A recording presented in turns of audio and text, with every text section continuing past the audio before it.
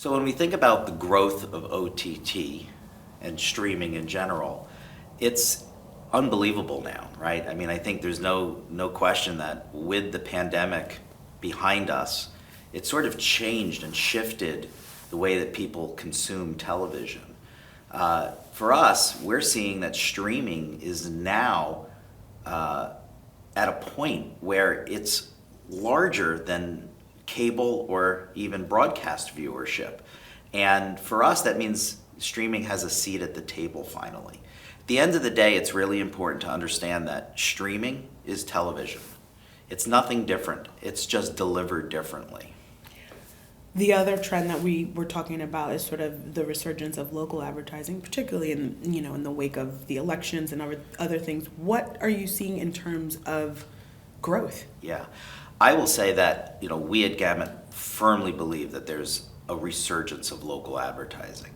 Look, for political, it by itself, that is a local effort. But when we think about advertisers in general, there are fewer linear impressions available in the marketplace. That's not a secret, right? Linear TV is shrinking. It's not dying, it's not going away tomorrow, it's not going away next year, but there are fewer and fewer linear impressions. So for a brand to be able to spray and pray, as we've said, it's just harder to do that. Where local comes in, it brings a nice supplement or complement to national buys to really fill in the holes for brands large and small who have audiences that they want to reach that may not be reached otherwise. But what about sort of the intersection of scale and local? Can you get scale with local OTT? 100%. That's where Gamut comes in. We are all about scale locally, whether we're scaling in a zip code or a DMA or a congressional district or a legislative district. For us, it's about aggregating inventory and having that scale no matter how hyper-targeted we get in terms of our targeting. So you said hyper-targeting, which is an interesting term. Yeah.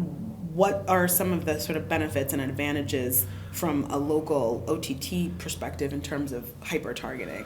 Well, that's just it. I mean, there are businesses all across our country that have the need to advertise. And I think all brands recognize the power that television brings to their marketing efforts.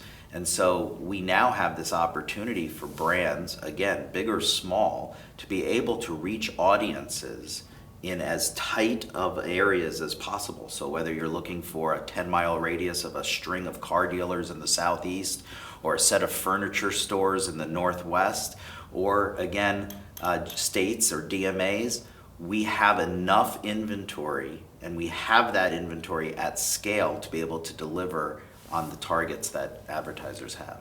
Well, I wonder though, where and how does personalization kind of fall into that equation? Sure. Well, I think in this day and age, with such pressure on the type of advertising that people are seeing and to make sure that you get the most out of your viewing experience, for us, personalization is a really key factor. At Gamut, we have a very strong partnership with a company called AdGreets. AdGreets allows us to bring a layer of personalization to our advertisers. Here's what I mean by that. We can get hyper-targeted into a zip code, but if we're working with a retailer who has multiple retail locations within that zip code, the personalization allows us to show a slightly different ad to those that are near the location on 4th and Main versus those that are at the location near 5th and something else. So personalization allows us to be even more hyper-targeted in the messaging, but also allows us to even work with creative in some ways. You think about a commercial that shows a car driving across the Golden Gate Bridge. That resonates in Northern California. In Brooklyn, it won't resonate. And so we have that opportunity to work with the brands to even help them paint the commercial a little bit differently so that in Brooklyn, the car drives over the Brooklyn Bridge, right? And I feel like that was, to kind of come back to the political advertising piece, I feel like that was a huge component of some of the shifts that we saw in the most recent elections. Can you talk a little bit about sort of the intersection of political advertising and local OTT? Yeah, absolutely. So again, I think political is born in local, right? This is about not just state Senate seats, it's also about school board elections. And so again, with Gamut's scale in the local markets, we have that opportunity to help those political advertisers reach their congressional districts or legislative districts or the type of voters that they want that matter most, right? For us, running up until the election, it was super important for us to help them find audiences that are going to go out and vote. We even announced recently a data set that we're working with from a partner called Tunnel that allows us to identify those who had not already voted to help really drive the vote for those candidates and again, to reach the voters that matter most to those constituents. So you mentioned a couple of partners. You mentioned Yep. Tunnel, you mentioned AdGreets. Yep. Are these programmatic partners? And where do you see programmatic flowing into that local OTT space? Yeah, so for us, I think it's important to state that we believe in programmatic as being a layer of automation added to the TV industry. There's lots of different flavors of programmatic, and so many people talk about the different flavors of programmatic. But for us at Gamut, we don't do anything programmatically. Our value, our opportunity for advertisers is that we are directly embedded into our inventory's ad servers. That does a couple of things.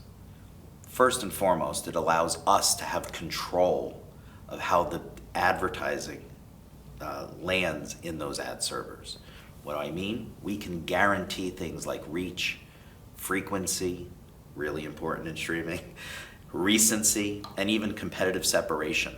That's key for us. We want to ensure that the experience that consumers have is a good one, and that they don't hold any advertisers that Gamut is providing responsible for that same ad repeating over and over and over and over again. That doesn't happen with us. We have control because we sit inside the ad servers. It's something you don't necessarily get in the world of programmatic.